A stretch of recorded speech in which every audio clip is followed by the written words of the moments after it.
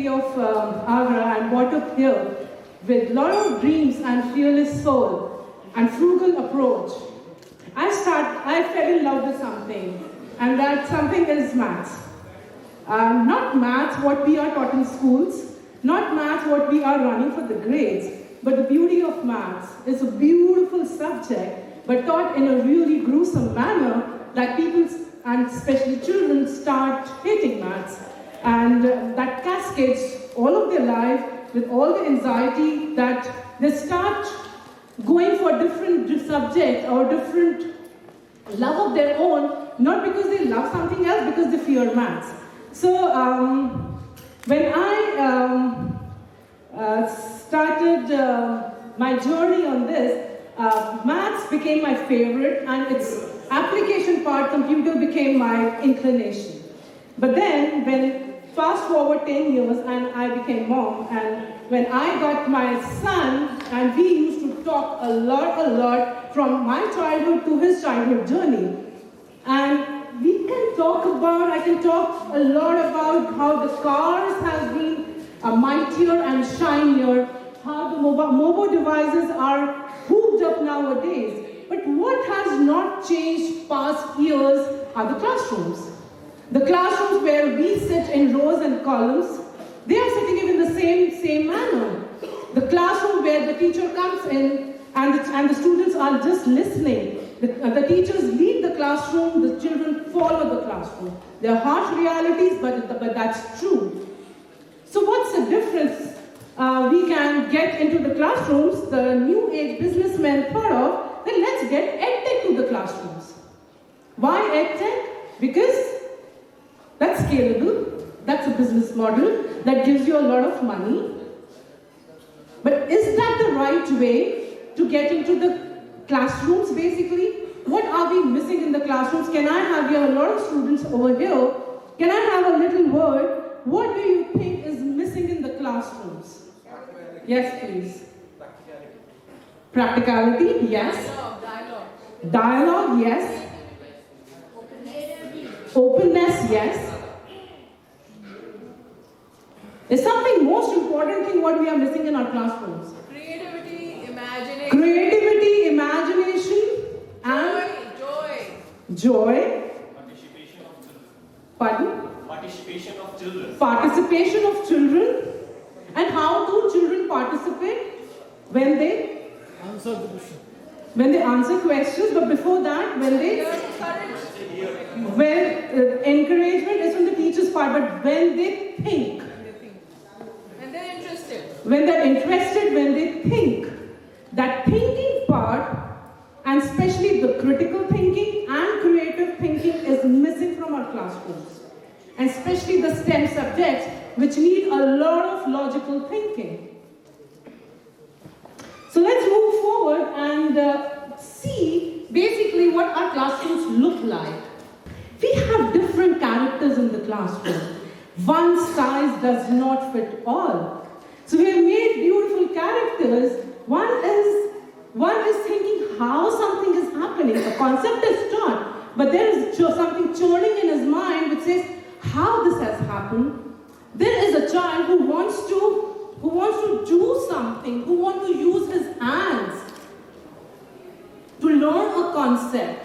There's a person who is a little silly girl or boy sitting in the corner, keeping the questions in their mind, because why these children do not question? Because of fear. Because of fear. Because of the fear what they feel, and because they are not allowed to fear. Our education system is meant on positivity and fear. It's not built on the confidence. Our healthcare system and our education system are two systems in our country which are based on fear instead of confidence. ये नहीं करेंगे तो ये हो जाएगा, engine नहीं करोगे तो सेटल नहीं होगे, एमबीए नहीं करोगे तो सेटल नहीं होगे, जॉब नहीं लगेगी तो ये नहीं होगा. Why are we instilling that fear in our children right from the childhood? And that cascades all over the life. The only motive of education is to earn money, nothing more than that. There was a talk before where they said that A child who does not think creative, does not innovate, does not invent, they are not the right product of the education system. So, why is this happening so? To worsen the matter, can you see the small dots over there? That's a percentage of students which fall into the bracket where they are put into one-size-fits-all approach in the classrooms. We cannot do that. We cannot do that. And to even worsen, what we are doing about mathematics is speed, speed, speed, speed, speed. There is no beauty in speeds. There is no beauty in quick tricks. There is no beauty in rotifying the formulae. It's damaging. Can we shift? Can we make a shift in the whole paradigm of our learning, not only mathematics, but all the subjects? I'm touching mathematics because that's the most fearful subject instant in a child's mind. We need to make real-life connections. It's a beautiful subject. Maybe in the later of the slides you can see how beautiful maths can be. We need to talk about multiple strategies, and that is very, very gruesome in our classrooms, where a child has written a question and the teacher crosses it saying, this is not the way I have taught in the class. This is the method what I have not taught in the class, how a child can apply that. As the teachers, we need to eradicate this whole system basically. Maths is deep. The connections we make is deep. And that's where the whole system starts pulling in, when we start making connections. A lot of children, when they come in 10th grade and they ask about trigonometry or maybe calculus, where do we use them? And a lot of teachers, I could say 99% teachers, they say, that because this is the way we have been taught, we are teaching you, without the application part of it. We are missing because we are not seeing the application of the beautiful subjects as STEM subjects. We are not critically thinking, we are not using a design approach. We are just rote learning for tomorrow's exam, which has to go basically. And then this is the most important slide. Who is bridging the gap? A child who scores 30% and above are promoted to the next class. The one who is getting 60%, 70%, even the 95%, who is mending the gaps? Who is even trying to mend the gaps? On a lighter note, and then this is the worsening system what we are bringing into our learning systems, giving the mobile devices to children. So what is boring on paper is boring on EdTech as well. So what is missing is the creativity in the academic structures, what we are not bringing into our curriculum. Now, why are we talking at this stage? Why this year? Why not 2 years before? Why not 2 years down the line? Because this is the time when machines are overtaking us. Machines are taking over us exponentially. And there's a time when you are going to be market ready, you are not ready for the jobs because machines have overtaken you. So to bring out the balance as a human, we work for the survival of the fittest. What do you think? What we can do, what machines cannot? We need to hone those skills. So what do you think machine cannot do and you could?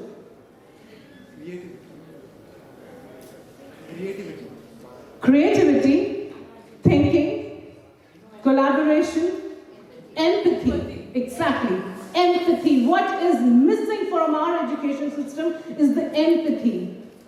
We do not, as the teachers, as the policymakers, as the government, who is the most important stakeholders of this education system are children. We are not stepping into their shoes to understand what they want. As a lecturer, I enter inside the room, I teach what the curriculum is required so that I can get the best marks from my college or school. Are we even listening what children need from us? We are not. Are we making the policies what children want to do? We are not. So if the onus is adults. If we are not giving something what is required to them, what is needed to them, what kind of generation are we bringing up? And this is a lighter note slide which says, if you ever fell in love, moving on is very difficult, isn't it? It's difficult. Why? Because we have not learned from our mistakes. We have not healed ourselves. We have not made our foundation strong. And we move on from one unknown to the another unknown. What's the way out is the move forward. We have been listening to a lot of love talks since the morning. What is required is moving forward, learning from the mistakes, making the connections. Maybe you might not be good in grade 4, but you can learn what you have not done in grade 4 and move to grade 5 with more conviction, with more strength. So just imagine a building which is getting created, and the contractor has taken the contract, and maybe that's a teacher, right? And he builds up something like a 60% good quality, and the supervisor comes and says, oh wow, that's perfect. Can you put on the next building, the next floor? And the person says, oh wow, why not? And he builds on the first floor, again with somewhat 75% quality. And the next one with 85% quality or maybe something. And what happens after 5 years? The whole building collapses. Because the foundation is not strong. So unless and until we are working in our classrooms with the strong foundation, with the strong pyramid, with this base structure given to the primary grades, you cannot imagine that the children are doing wonders at the higher classes. So right now, the onus is on us to get real intelligence before the artificial intelligence hooks up on us. And this is what the classrooms deny. Instead, we need to celebrate this. We need to celebrate child's confusion, their curiosity, their fear, their doubts, their refusals, their denial, their imagination. Unless and until we try to celebrate these inside the classrooms are not making sense for the next generation. Where we are honing is the alpha generation. We got the laptops, we got the mobile devices when we were maybe around 22, 23, and this generation is born with their hands. They're born in their hands with those mobile devices. They know everything. So we need to get out of our shoes to savor them what they require, not what we think that they require. So let's take a pause. Let's take a pause from the system what we are in to the system what is basically required. We want to do the classes, we want classes to look like this, where children are making connection, they are experimenting, they are optimizing, they are fearless, they're finding patterns in their courses and they're making connections basically. So what can be done? We need to do the reverse engineering first of all. And what do you mean by reverse engineering? We need to see the end goal first and then start from beginning what we basically need to do. We need to bring the application and the real life problems inside the class as the teacher. Ask them questions as much as you can. Beautiful answers come out from them. Beautiful answers, tried and tested. What as a teacher you might not even have thought of. Give them time. Celebrate their failure. Even if they're wrong, one wrong mistake can lead to a beautiful theory. Don't be the answer key to them. Let them take their own sweet time. Let them make connections. And they would do wonders in your classroom. And let them speak inside the classroom to each other. We want to maintain the decorum. Please don't do that. Your decorum, maintaining the decorum in the classes is killing the creativity inside children. Let them be them. And accept their solutions, even if you want to prove or disprove them. Be the facilitator in the class instead of authority. And then what we are doing, again, the reverse engineering is required. What we are teaching in the classroom is the abstract concepts. Let's go back. What Singapore and the Korean and the other beautiful countries are doing. Let's go to the visual sense. Visual sense brings a lot of beauty in the courses. And give them tools to play. Unless and until you make your hands dirty, go to the labs. Demand your labs to be beautiful ones. Don't invest on the infrastructure of the schools. Invest in the labs. Those are the beautiful places where you can be as much creative as you can. So right now, I proposed from this TED Talk, the STEM courses need to be blended with arts. Arts bring a lot of humanity. It brings a lot of empathy. It brings an entrepreneurial mindset. You might be, some of you might be thinking about having their own startups. Are there someone who are thinking of the startups? Startups bring a lot of failure. They bring a lot of darkness. At that time, you need friends. You need connections. If you engage your STEM with arts, with the beautiful, your right mind and left mind connection, you can become a beautiful entrepreneur in your lifetime as well. So what we have done in our classrooms, we have beautiful classrooms which are redesigned, and this is the work which some young children of 9-10 years have done, and he would like to tell what basically we have done into our classrooms. Can you imagine that skip counting, times table or multiplication table can be so impressive? Well, I was mesmerized by its beauty. So, it's not only beautiful, it's also very easy to make. So, to get one of these pictures, we start with a circle and mark 10 equidistant points on the circumference. And then we join them one by one to its 2 times until all the numbers were exhausted. The picture you can see here in the blue is 100 equidistant points joined on the circle. We created similar structures with a times table of 2, 3, 4 and 5.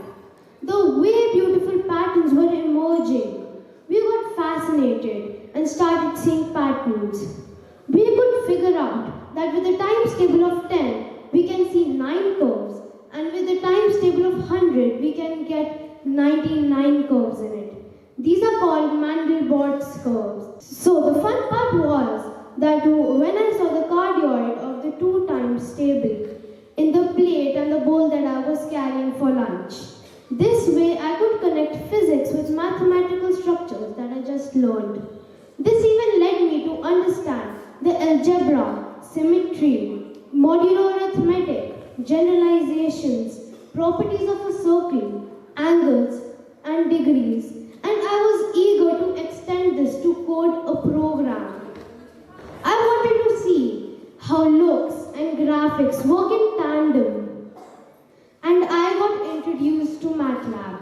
This in sense is true integration of STEM learning, making maths beautiful.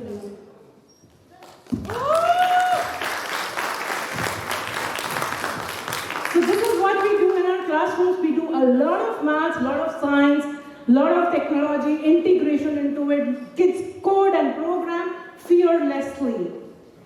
And they do wonders. This is something we made out of from the blocks. These are called fractals. This came out of the query of one child who wanted to understand that how the zoom in and zoom out process works in maths. They could see on the cameras, but how zoom in and zoom out works on maths. So we came out with the concept of fractals. Fractals are the mathematical structure, whether you zoom in or you zoom out, it gives you a same piece keep kept on repeating unless you make it a bigger structure or the smaller structure.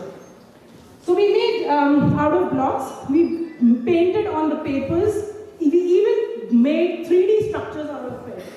And that gets children intrigued with the toughest subject, maths, to the beautiful one. And not only maths, we connect science, engineering, and technology into it. The kind of blended programs we need for our millennial generation are the need of the hour. We all need to work towards the critical thinking, the creativity and the innovation inside the classrooms. So with the last slide I end, I think, therefore I am. Thank you.